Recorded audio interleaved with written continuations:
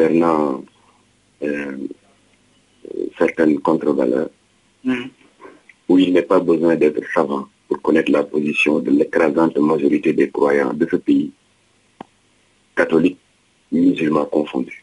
Il n'est pas besoin d'être savant. Parce que tout le monde se souvient, au mois de mars 2013, ton confrère du populaire, Jacques Ngossar, avait levé un gros lièvre parce qu'il avait surpris un séminaire qui se tenait dans un hôtel de la place sur la Corniche. Et curieusement, c'était un séminaire qui était fermé au public. Alors que traditionnellement, ce type de séminaire où on parle de santé et tout ça, d'habitude, on vous invite, vous, la presse, avec vos photographes, vos caméramans, s'il n'y a rien à cacher. Mais là, c'était à huis clos. Et ton confrère Jacques Ngossar s'était déboudé pour les infiltrer. Et le lendemain, il a sorti un article qui a eu l'effet d'un coup de tonnerre en mars 2013. Alors, il a dit qu'effectivement, ces gens-là, financés par une puissante ONG étrangère, étaient en train de concocter un projet de loi à soumettre aux parlementaires de l'époque. Voilà, portant dépénalisation de l'homosexualité. Parce que le mot dépénalisation, c'est un euphémisme. Pour être clair, il faut parler de légalisation. Alors, naturellement, il a reçu des menaces, etc. Et nous avons pris sa défense. Nous sommes allés à l'hôtel, au Café de Rome, tenir une conférence de presse animée par le président exécutif de Jamra, Imam Massamba Diop, où nous avons, à l'occasion de laquelle nous avons interpellé le président Macky Sall en lui disant qu'il y avait un représentant du ministère de la Santé dans ce séminaire occulte. Est-ce que c'est lui qui l'a envoyé là-bas pour que les panélistes concoctent un avant-projet à déposer à l'Assemblée pour légaliser quelque chose d'une abomination que les religions révélées pratiquent ici au Sénégal, le christianisme et l'islam, rejettent. Alors nous n'avons pas regretté cette interpellation parce que je crois 2 semaines plus tard, en Conseil des ministres, je me souviens toujours de cette date, et vous aurez l'opportunité d'entrer dans le site du gouvernement pour consulter ce communiqué du Conseil des ministres en date du 11 avril 2013, présidé par le président Macky Sall. Là, il a été clair, parce que c'est une première au Sénégal, que dans une instance aussi solennelle qu'un Conseil des ministres, le président affirme, ou je dirais même réaffirme la position du Sénégal par rapport à cela. Il a dit que l'État n'a jamais envisagé une telle option. Parce que notre ancrage dans nos valeurs culturelles de base ne peut pas s'accommoder d'une dépénalisation de l'homosexualité. C'était le 11 avril 2013, donc c'était clair. Mais il n'empêche, et nous en avons tous été témoins, que 2 mois plus tard, je crois que c'était le 27 juin 2013, le président Obama, à l'occasion d'une visite officielle ici au Sénégal, comme c'est de tradition pour le chef de la Maison Blanche, avant de quitter ce pays, il tient une conférence de presse commune avec le chef d'État hôte. Et nous, on savait qu'il y avait quelque chose qui se concoctait encore. Parce que c'est une tradition que le président se fasse interroger par 2 journalistes locaux, et en l'occurrence c'était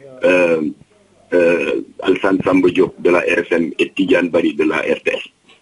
Et de l'autre côté, le président Macky Sall devait se faire interroger par 2 journalistes faisant partie de la délégation de Obama. Et la dame qui a interrogé le président Macky Sall, nous savons, nous connaissons son appartenance parce qu'elle appartient à des cercles de LGBT. Donc c'est elle qui a interpellé le président sur la base de cette proposition indécente-là. Alors là, le président a répondu et nous avons tous entendu sa réponse. Mais Jamra n'a pas partagé la nature de sa réponse, parce que vous l'avez tous entendu, il avait dit que nous ne sommes pas encore prêts.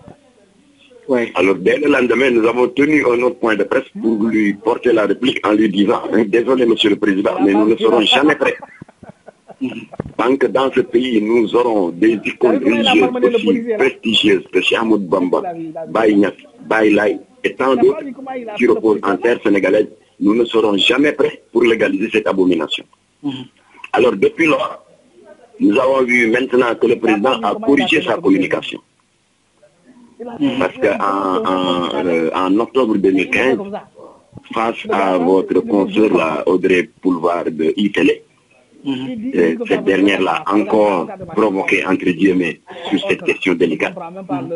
Et là, il a eu une position plus claire que devant Obama. Il avait dit que, comment dirais-je, que ce n'est pas parce que l'homosexualité a été légalisée dans tel ou tel autre pays qu'il faille en faire une loi universelle. Donc, sous mon magistère, on ne légalisera jamais une telle pratique. Il a été clair.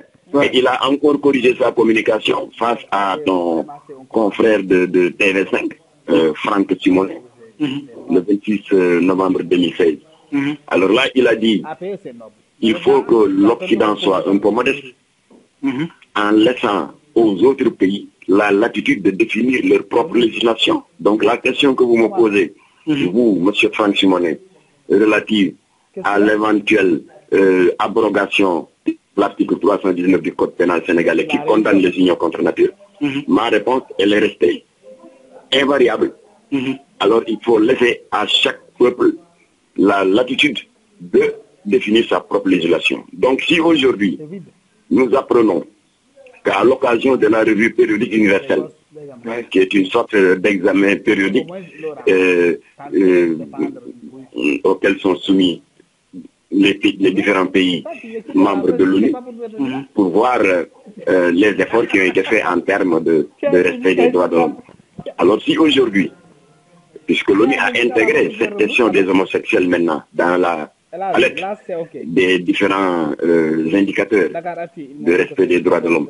Alors si aujourd'hui le Sénégal, encore une fois, a été interpellé à l'ONU, et que encore une fois, nous apprenons que notre ministre de la Justice a fait preuve de hauteur, de courage, en leur portant, en leur opposant la même fin de non-recevoir, nous ne pouvons que nous en réjouir. Donc, nous remercions Sénégal de nous l'avoir appris parce que nous n'avons pas encore la nouvelle. Mais nous ne pouvons que nous en réjouir. Et là également, les représentants du Sénégal n'ont rien fait de nouveau. Ils n'ont pas inventé la roue. C'est le peuple sénégalais qui n'en veut pas. Parce que nous sommes un peuple profondément enraciné dans nos valeurs et dans nos croyances. Et je le répète encore une fois, 98% des croyants de ce pays se réfèrent à une dîne de Yontel Insa, Jésus-Christ, qui rejette les unions contre nature. Parce que dans la Bible, à Lévitique, il est bien dit, tu ne coucheras point avec un homme comme on couche avec une femme, parce que c'est une abomination. Ça, c'est dans la Bible. Et dans le Coran, il y a 18 fatwas allant dans ce sens. Suratul Anbiyaï, Suratul Furqan, Suratul Khaf, 18, où Dieu également condamne ces unions contre nature. Donc le président de la République, ses ministres et autres ne peuvent pas faire autre chose que de se faire les porte-voix de la profonde aspiration des croyants de ce pays qui ne veulent pas des unions contre nature. Donc nous nous en réjouissons encore une fois. D'accord, c'est clair. Voilà. Merci beaucoup pour votre disponibilité.